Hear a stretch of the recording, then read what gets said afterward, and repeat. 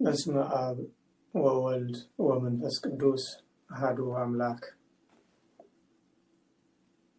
ፍትዋትን ፍቁራትን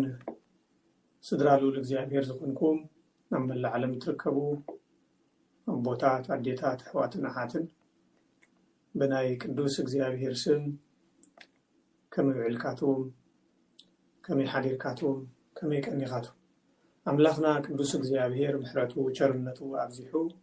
እስካብ ሰዓዚ ሓልዩ በስ ሰዓዚ ድማ በአንደበትና ክነመስግኖ ብሕሊናና ክንሓስቦ ክንዝክሮ በአምልኾት ክንጸንዕ ቃል እግዚአብሔር ክንናገር ክንሰምዕ ስለዝረድአና ስለዝሓገዘና ስለዘብቃዕና አምላኽና ቅዱስ እግዚአብሔር ስሙ ካብ ንፍስ ካብ አጽናፍ ካብ ምድር ካብ ሰማይ ዝመልአ ይኹን ስሙ ዝተመስገነ ይኹን። ፍትዋ ስድራ እግዚአብሔር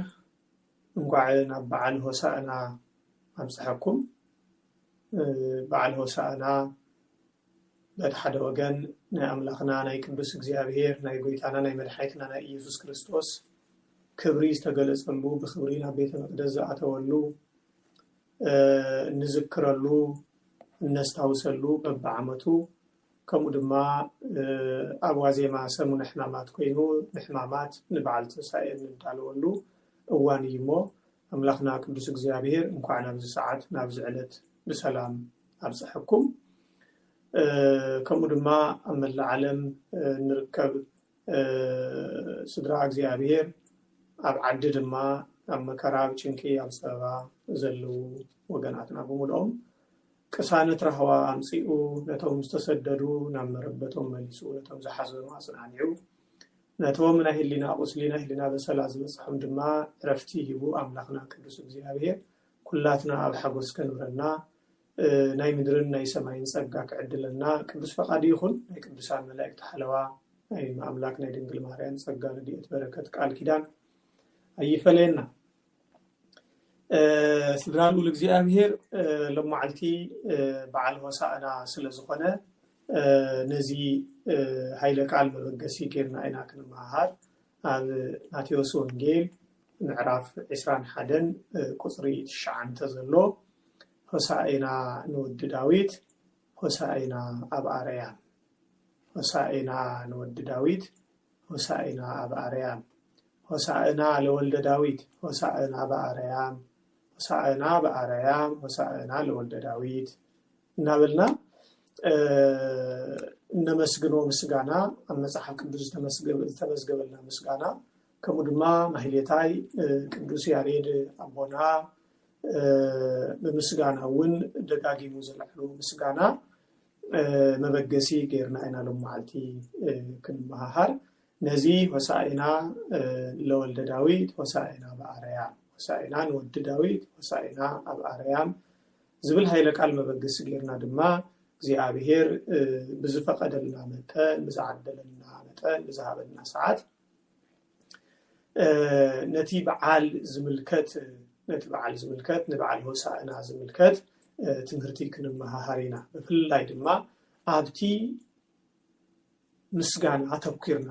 ናይ ለማዓልቲ ትምህርትና ብፍላይ ኣብቲ ምስጋና ዘተኮረ እዩ ክኸውን ማለት እዩ። ምናልባት ታሪኹ ብዝተፈላለየ መንገዲ ንፈልጦ ኢና ሰሚዕና ኢና ኣብ ዝተፈላለዩ መድረኽ እውን ክንመሃሮ ኢና ለማዓልቲ ግን ኣብቲ ምስጋና ባዕሉ ኣብቲ ምስጋና ሆሳዕና ንወዲ ዳዊት ሆሳዕና ኣብ አርያም ዝብል ነዚ መበገሲ ጌርና ክንመሃር ኢና ማለት እዩ። አምላኽና ቅዱስ እግዚአብሔር ምስጢሩ ጥበቡ ይግለጸልና ይዓድለና። እዚ ሃይለ ቃል ኣብ ኢየሩሳሌም ኣብ ቤተ መቅደስ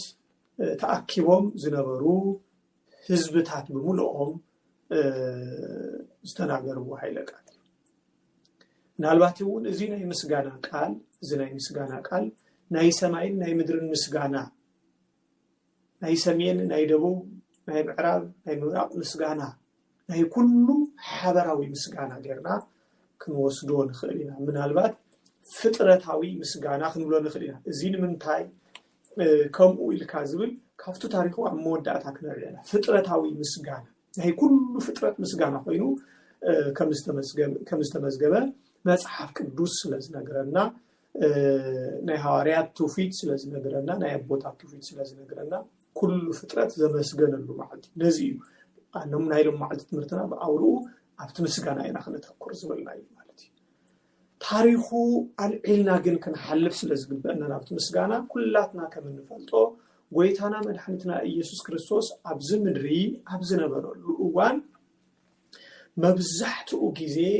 ብትሕትና ክግለጽ ኢና ንሪኦ ክውለድ ከሎ ብትሕትና ክስደድ ከሎ ብትሕትና ኣብ ምድሪ ኢየሩሳሌም ክመላለስ እንተሎ ብትሕትና ክዓቢ እንተሎ ብትሕትና ናብ ቤተ መቅደስ ንትምህርቲ ንኣገልግሎት ክመላለስ እንተሎ ብትሕትና ኢና ኣብ መብዛሕትኡ ናይ ክርስቶስ ህይወት ንሪኦ ብትሕትና 30 ዓመት ብሙሉኡ ብትሕትና ድሕሪ 30 ዓመት እውን ዮሐንስ ተጠሚቁ ኣብ ገዳመ ቆሮንቶስ ብዲያብሎስ ተፈቲኑ ተመሊሱ ትምህርቲ ከምህር ምስ ጀመረውን ብትሕትና እዩ ዝግለጽ ነበረ ትምህርቲ ከምህር ክእክብ ክነግሮም ዝሓውይሉ ዝድሕንሉ ህይወት ዝሰርዕሉ ኩሉ ከርእዮም እዩ ጎይታና መድኃኒትና ኢየሱስ ክርስቶስ ሰፊሕ ግዜ ዝወስድ ነይሩ ክብሩ ዝገለጸሎም ብጣዕሚ ውሱናት እዮም ነይሩ ብጣዕሚ ውሱናት ናይ ኩሉ ትሕትና ዘርአየሉ ድማ ኣብ መስቀል እዩ ኩሉ ክገብርና ኸኣለ ጠጠው ከብሎም እናኸኣለ ኣርግፍ ከብሎም እናኸኣለ ነቶም ዝሕዝዎ ነቶም ዝሳቂይዎ ነቶም ዝገርፍዎ ነቶም ዝጸርፍዎ ነቶም ዕንጨቲ መስቀል ዝተመሳቀለ መስቀል ዘሸክምዎ ርሑስ መስቀል ሸኪሞም ኺድ እናበሉ ብድሕሪ ዝደፍዎ ብቅድሚት ዝጎትዎ ሸኻኽሊል ዝገበረሉ ምራቅ ክፉእ ምራቅ ዝተፍቁሉ ብሓሙሽተ በርባዕተ ችንካር ዝቸንከሩሉ ሰውነቱ ዝወጋግእዎ ዝገረፍዎ ዘቁሰልዎ ነዚኦም ብሙሉኦም ብትሕትና ከመይ ከም ዝተገለጸ ክንሪኦ ንኽእል ብኽብሪ ዝተገለጸሎም ብጣዕሚ ውሱናት እዩ ካፍቶም ብኽብሪ ዝተገለጸሎም መዓልታት ሓደ ሆሳዕና እዩ ብኽብሪ ክግለጽ እንተሎ ግን ብምስጢር እውን እዩ ትሕትንኡን ክብሩን ኣምላኽነቱን ሰብነቱን ትሕትና ምልባሱ ሰማያዊ ክብሩ ዘለዓለማዊ ክብሩ ዘይምሕዳጉን ብዝገልጽ መልክዑ እዩ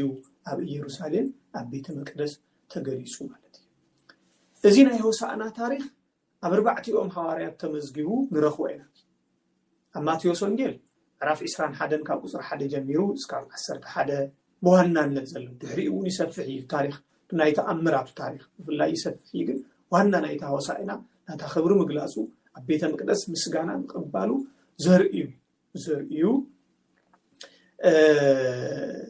ዘርእዩ ታሪኻት ግን ብሓፂሩ ስለእነቕምጦም ማቴዎስ ወንጌል ምዕራፍ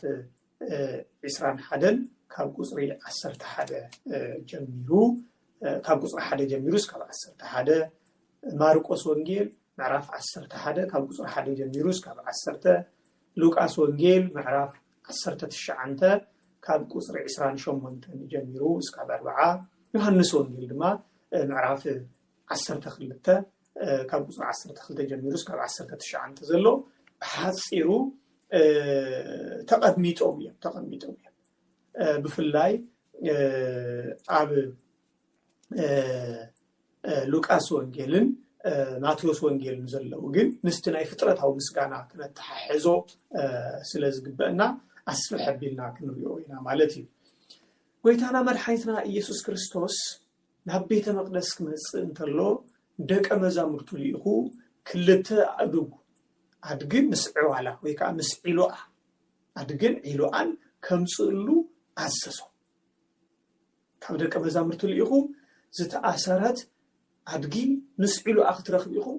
ኣምጽኡለይ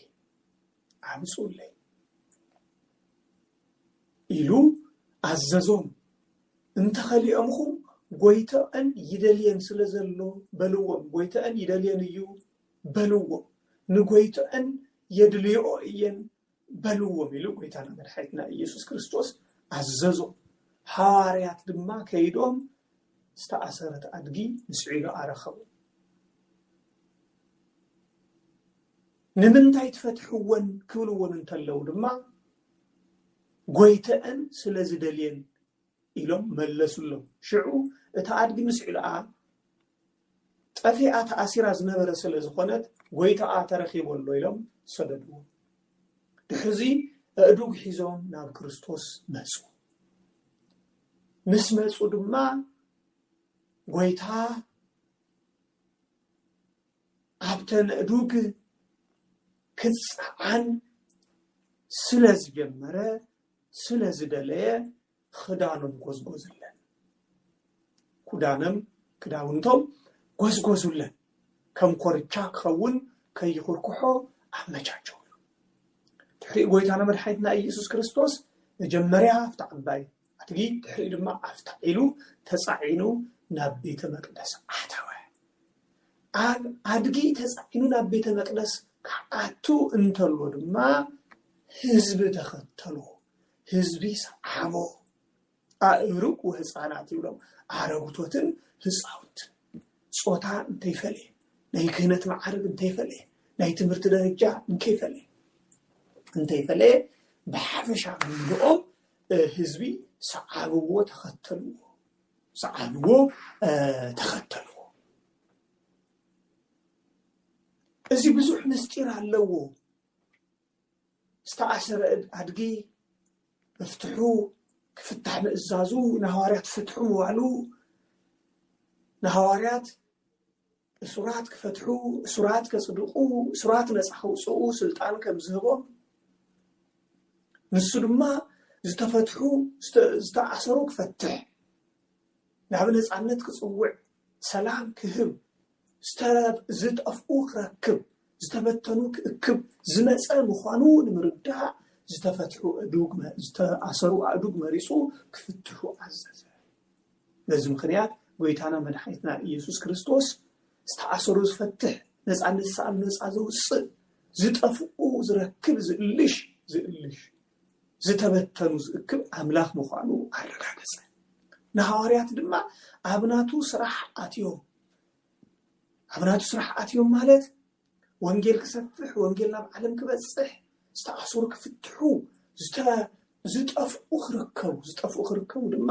ሃዋርያት ሰራሕተኛ ገይሩ እዙዛት ገይሩ መልእኽተኛ ገይሩ ዘዋፈረ ምዃኑ ከረድእ ሃዋርያት ናብ ዝተኣሰሩ ኣእዱግ ልኢኹ ዝተኣሰሩ ኣእዱግ ተፈቲሖም ክመፁ ኣብ ልዕሊኦም ድማ ክፅዓኑ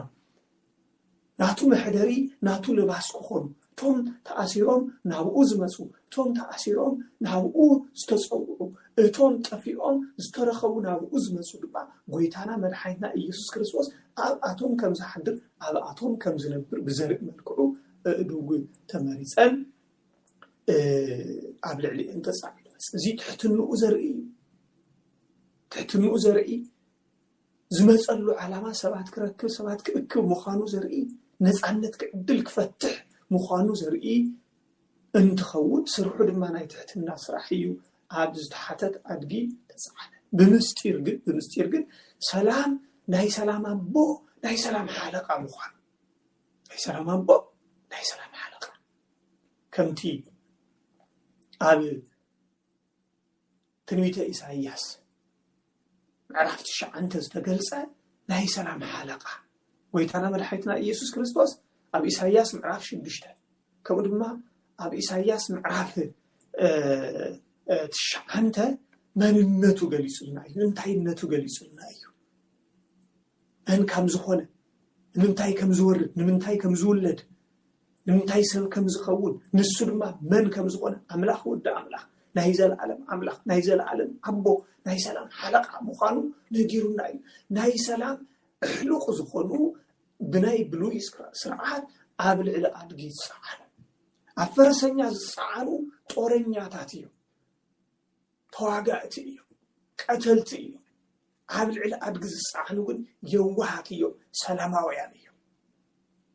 ከምኡ ነገስታት ከምኡ ይገብሩ ስለ ዝነበሩ ነገስታት ሰላም ስኢኖም ዕረፍቲ ስኢኖም ንጦርነት ክዳለው እንተለው ኣብ ልዕሊ ኣፍራስ ተፃዒኖም ክጓዓዙ እንተለው ሰላም ኮይኑ ቅሳነት ኮይኑ ክመላለሱ እንተለው ግን ኣብ ልዕል ብቅልቲ ኣብ ልዕል እዱግ ይጻዓኑ ስለዝነበሩ ጎይታና መድኃኒትና ኢየሱስ ክርስቶስ ናይ ሰላም ኣምላኽ ሰላም ክዕድል ሰላም ክህብ ሰላም ከስፍን ዝመጸ ምዃኑ ክገልጽ ድማ ሰላማዊ ኢየሱስ ክርስቶስ ኣብ ልዕል ኣድጊ ኣብ ልዕል ኢሉኣን ተጻዒኑ መጸ ሰላሙ ፍቕሪ ይዓድለና ኣምላኽና ክርስቶስ ከምዚ ኮይኑ ድማ ምሕደሪኡ ተቐመጠን እዩ ኣብ ልዕልየን ተቐመጠ ምሕደሪኡ ክገብሮ ነቶም እሱራት ነፃ ኣውፂኡ ናቱ ምሕደሪ ክኾኑ ረኺቡ ናቱ ምሕደሪ ክኾኑ ኣኪቡ ናቱ ምሕደሪ ክኾኑ ስለዝፈቐደ ኣምላኽና ጎይታና መድኃኒትና ኢየሱስ ክርስቶስ ንዓድግን ኢሉኣን መሪጹ ኣብ ልዕልየን ተጻዕነ ትሕትኑ ገለጸ ኣምላኽነቱ ክብሩ እንትግለጽ ድማ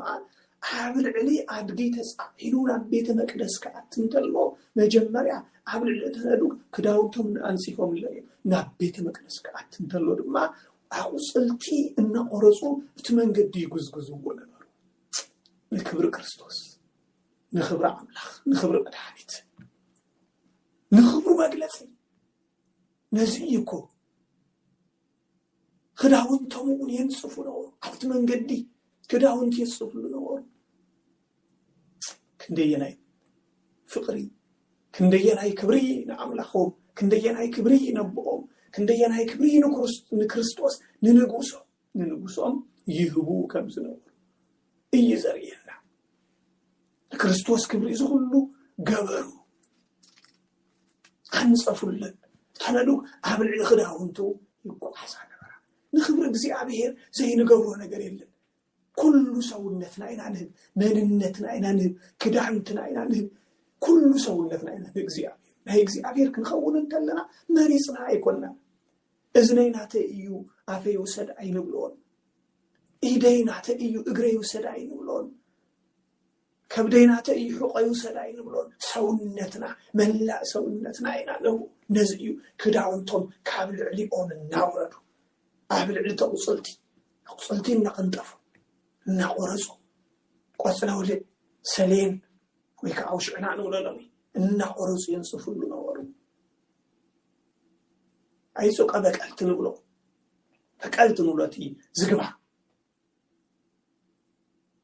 ወይ ድማ ተመርት ንብሎ ከም ተምሪ ስለ ዝኾነ መልክዑ ቆጽለ ተመርት እውን ይብልዎ እዮም እጻ ተመርት እውን ይብልዎ እዮም እዚ ኣቝጽልቲ እናቆረጹ ነቲ መንገዲ ይጉዝጉዝዎ ኣብ ልዕሊ ድማ ክዳውንቶም እውን የንጽፉሉ ነበሩ እዚ ክብሩ ክግለጽ እንተሎ ሰማያዊነቱ ክግለጽ እንተሎ ኣምላኽነቱ ክግለጽ እንተሎ ንጉስነቱ ክግለጽ እንተሎ እዩ ኣምላኽ ንጉስነቱ ክግለጽ እንተሎ ዝተርኣዮም ማንጸፉሉ ናብ ቤተ መቅደስ ክኣቱ እንተሎ ድማ ናብ ቤተ መቅደስ ክኣቱ እንተሎ ኣብ ልዕሊ ኢሉኣን ኣብ ልዕሊ ኣድግነ ኢሉኣን ተጻዒኑ ከምቲ ትንቢት ዝተነገረሉ ትንቢት ኣብ ዘካርያስ መጽሓፍ ኣቐዲሙ ትንቢት ተነጊሩ እዩ ትንቢተ ዘካርያስ ምዕራፍ 9 ቁጽር 9 ምዕራፍ 9 ቁጽር 9 ኣትጓል ጽዮን የመና ደስ ይበልኪ ኣትጓል ጽዮን ታሐጐሲ ደስ ይበልኪ ታሐጐሲ ጓል ጽዮን ታሐጐሲ ደስ ይበልኪ ኣትጓል ኢየሩሳሌም ዕልል በሊ እዚ ዝተፈጸመ ኣብ መዓልቲ ሆሳዕና እዚ ዝተፈጸመ ጓል ጽዮን ታሐጒሳ ጓል ኢየሩሳሌም ዕልል እናበለት ዝወዓለትሉ ንምንታይ ታሐጐሲ ኢልዋ እነሆ ንጉስኪ ጻድቕ ዝኾነ ንጉስኪ የዋህ ዝኾነ ንጉስኪ ኣስተውዕሉ ኣቐዲሙ ዘካርያስ የዋህ ዝኾነ ንጉስኪ ጻድቕ ዝኾነ ንጉስኪ ጻድቕ ኣምላኽ ዘለዓለማዊ ሓቀኛ ናይ ብሓቂ ዝምለኽ ናይ ብሓቂ ንጉስ የዋህ ድማ ትሑት ሰብ ከድሕን ኣብ ልዕሊ ኣድጊ ፈጣር ኣድጊ ዝኾነ ኣብ ልዕሊ ኣድጊ ዝተጻዕነ እንዳበለ ኣቐዲሙ እንሆ ንጉስኪ ጻድቕን መድሕንን እዩ የዋህ ድማ እዩ ትሑት ድማ እዩ ንሱ ኣብ ልዕሊ ኣድግን ኣብ ልዕሊ ግልገላን ኣብ ልዕሊ ኣድግን ኣብ ልዕሊ ኢሉኣን ተጻዒኑ ክመጽእ እዩ ኣብ ልዕሊ ጻዕባን ተቐሚጡ ናባኺ ክመጽእ እዩ ዝተባሃለ ትንቢት ተፈጸመ እዚ ድማ نايزل عالم نقص نايزل عالم أملاخ مخانو زقل صلي قاد أس انت يزبل زكارياس سرق اللحظات كاب إفريم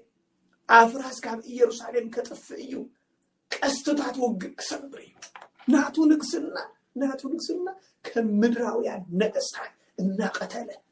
حصوار وقق إنا بارخه حصوار وقق إنا قدسه كمتم ببلوي كيدان زنبرو نقصات إنا قتله زصفات زيكونس بموتو زمارخ وقيقو زمارخ زيكونس مويتو زمارخ أملاخ مخانو كم زرد زكارياس أقدمو سرق اللحظات كاب إفريم أفراس كاب يروشاليم كتفئيو كرحطيو كأستطاعت وقعون كسبريو أملاخنا ناي كريستوس سلاماوي نقوس زي واقع نقوس زي قتل نقوس أملاخنا عم نقص النوء ينورنا بوقت الأقدمو تنقيرنا إذن ما نايزل عالم نقوسيو نا أهيزعون سلام كأوجي تقبريو سلام كأوجيو نجزعاتو كبحري سكبحري كابتروع كسعوس المدري كوني كافي ولهم ناي كريستوس نزعات كمتم ناي قدم نجستات عن يروشاليم انت نقصو ناي خلقت نجستات انت وقوو أيقونن عم كل عالم عم كل فترة عم كل صلاة نقولي نازل خبرو يزجلس عم على توسعنا نازل خبرو يزجلس نازل خبري كجلسو انت اللو دما انت يبلو روكن عروقتوتن شماغلتاتن برأسين صاونتن تاكيوم بملؤهم دما هوسعنا لولد داويد هوسعنا لولد داويد نابلو أمسجنو كم زي يزبل أم عرف إسرائيل هذا نقصرت شعنت وانجيل ماتيوس هوسعنا نود داوي إستي بسم إجزي أبير زمس بروخيو هوسعنا أباريا إزيو هوسعنا نود داوي هوسعنا أباريا هوسعنا نود داوي إنت بسم إجزي أبير زمس بروخيو بروك زي مس بسم إجزي أبير إزي المزمور 137 كم أوتا نكير يقدموا تنبيت قدوس داوي تقدموا المزمور 137 بروك زي مس بسم إجزيابير بإجزيابير سمز مس بروخي نزت أقيسون بروك زي مس بسم إجزيابير እግዚአብሔር የናበለ እግዚአብሔር መሆኑን ገለጸ እግዚአብሔር አብና መስከረሉ እግዚአብሔር ወልድና መስከረሉ እግዚአብሔር ወልድ እየዩ ዝመጸ ንሱ ብሩኽዩ ሆሳዕና ንወድ ዳዊት ሆሳዕና ኣብ አርያ እዚ በጣም ፍሉይ ምስጋና እዩ ሆሳዕና ንወድ ዳዊት ሰብ ዝኾነ ካብ ዳዊት ዘርኢ ዝተወለደ ንሱ መድኃኒት እዩ ሆሳዕና ማለት መድኃኒት ማለት እዩ ሆሳዕና ማለት حزدحن حزي أدحن مالتي ساينا على حزدحن مالتي حساينا مالت مدحنيت مالتي ساينا نود داوي مدحنيتي خاك بحالي قبويو نسو عب سمايات مدحنيتي سماوي مدحنيتي زل علماوي مدحنيتي أملاخنا كريستوس نهزي يستغلس أما على توسعنا نزل يستجلس هوسعنا سبل جنس تناوس وتحوكت كلها يروشاليم تناوست يزبل بمسجانه مكنياتو أفلا لا ينبرون أمانغو سوقتنا نشتن أمانغو مهوراتن زي تمهارون أمانغو شماغلتاتن نساونتن